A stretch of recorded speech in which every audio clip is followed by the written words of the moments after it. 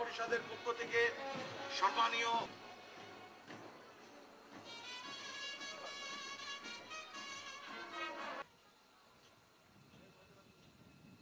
Finance controller and auditor general Sadiq Sarkar sahib বলে দিও আমার ব্যক্তিগত বিশেষ কাজ থাকার জন্য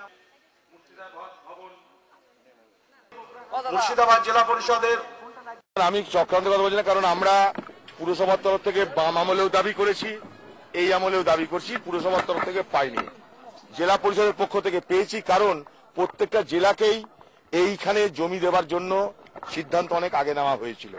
সেই সিদ্ধান্ত অনুযায়ী এখানে সব জেলাকেই কিন্তু এই সুযোগ দেওয়া হয়েছে, আমরা সেই সুযোগটা পেয়েছি। তাই আমরা তাড়াতাড়ি করে এটাকে গড়বার চেষ্টা করছি। কিন্তু পৌরসভা আমাদেরকে সে সুযোগ দেয়নি।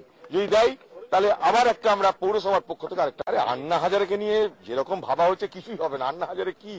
Anna Hazare social activist. এই আন্না হাজারে একদিন কেজরিওয়ালের সঙ্গে ছিল, কেজরিওয়াল আন্না হাজারকে ভাঙিয়ে যাও কিছুটা বাজার করেছে। তো সেইটা দেখে এখন লোভ হয়েছে আমাদের দিদি এখন বেঙ্গলের বাউন্ডারির বাইরে যেতে চাইছেন, বাউন্ডারি মেনে এখন ওভার বাউন্ডারি মারতে চাইছেন, মাঠের বাইরে যেতে চাইছেন, ভারতবর্ষের বুকে রাজনীতি করতে চাইছেন। রাজনীতি করতে গিয়ে তিনি কোনো লোক পাচ্ছেন না। একটা ফেডারেল ফ্রন্ট হলো, একটা লেফট ফ্রন্ট হলো, লেফট ফ্রন্ট তাও টিম করে জ্বলছে, ফেডারেল ফ্রন্ট তার আগেই ফেটে এক একবার। এবার কাকে পাবেন? আন্না হাজারেকে পেয়েছেন, আন্না হাজারেকে ম্যানেজ করেছেন। দিদিদের বড় বড় ম্যানুভার আছে, যারা বড় বড় কর্পোরেট হাউস চালান তারা আন্না হাজারেকে ম্যানেজ করেছেন।